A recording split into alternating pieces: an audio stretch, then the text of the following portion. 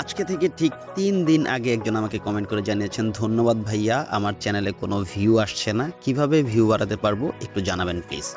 মানে হচ্ছে সে আমার একটা ভিডিও দেখেছে, তারপরে কিন্তু আমাকে এরকম এরকম একটা কমেন্ট করেছে। চলুন দেখি তার চ্যানেলের কি অবস্থা। এইখান থেকে যদি তার চ্যানেলে চলে যাই তাহলে এখানে দেখা যাচ্ছে এন আরফিনস বিডি, এন আরফিনস বিডি। ওকে, চলুন তার চ্যানেলটা দেখি। ভিউ চ্যানেল অন ইউটিউব, এখানে ক্লিক করলেই কিন্তু তার চ্যানেলে চলে যাব। এইবার এই তো এখান থেকে কিন্তু আমরা চলে আসছি এন আরফিনস বিডির চ্যানেলে।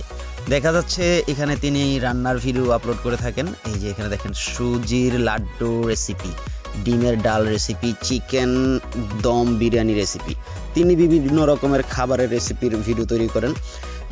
আমি একটা কথা বলি, ভিডিও আসলে যারা আপলোড করেন তারা কিন্তু হুট করে ভাইরাল হয়ে যাবেন এমন সম্ভাবনা কিন্তু খুব কম। এরকম আস্তে আস্তে সুন্দর করে গুছায় গুছায় থাম্বনেইল সহকারে, এই যে এই চ্যানেলটাতে যদি আমি বলি তাকে যে তার থাম্বনেইলগুলা আরেকটু স্টাইলিশ করা যেত, এরকম বিভিন্ন রকমের কাজকর্ম করার মাধ্যমে কিন্তু ধীরে ধীরে আস্তে আস্তেই কিন্তু হইব। একদিনে কেউ কিছু পারে না, আর সবই আস্তে আস্তে হয়। এখানে দেখেন যে তার পপুলার ভিডিওতে মাশাল্লাহ 637টা ভিউ কিন্তু চলে আসছে। এরকম একদিন এখানে 637 কে দেখা যাইতে পারে।